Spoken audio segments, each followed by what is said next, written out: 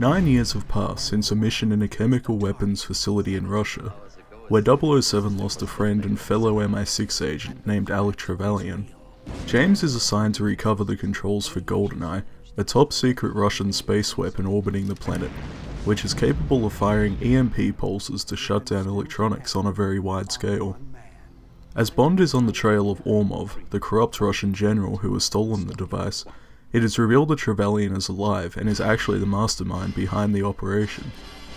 James must put a stop to these plans with the help of Natalia, a computer programmer who survived Ormov's raid to steal the Goldeneye, before Alec can use the weapon to wipe out London.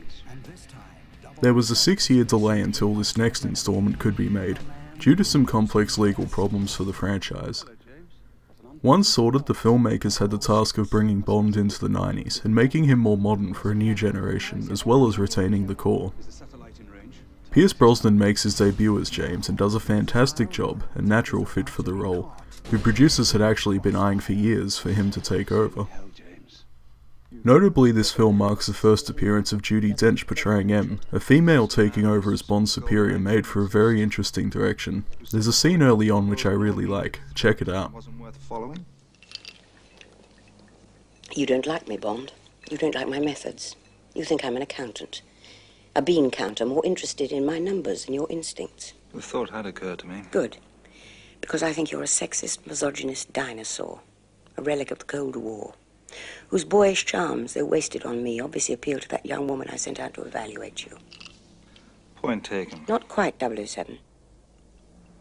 If you think for one moment I don't have the balls to send a man out to die, your instincts are dead wrong. I've no compunction about sending you to your death. But I won't do it on a whim, even with your cavalier attitude towards life.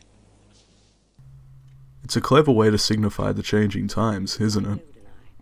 Sean Bean does a good job with Alec, an interesting villain idea to see one of James's friends work against him. Eric Serra, who I know from his work on Luc Besson's films, composes the score. His work has a very different sound to anything than in previous Bond films, which I feel was a good move, to make the film fresher. I always like the music in this one a lot. No shortage of any good action scenes, it's also a very well put together film from a technical standpoint in all aspects.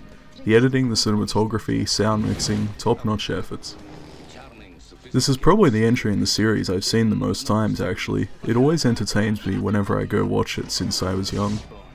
It brought James Bond into a new age with flying colours, becoming the most financially successful Bond movie since Moonraker. That depends on your definition of safe sex. On November 17th, United Artists brings you... Trust me.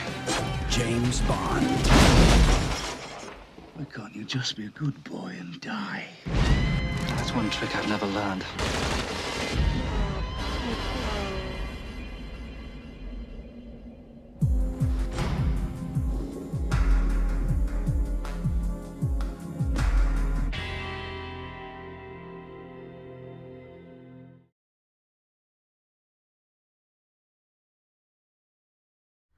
As something to finish on, a lot of people remember the Goldeneye video game, released on the Nintendo 64 back in 1998, which is actually a lot more famous than the film and a very well-known, groundbreaking game.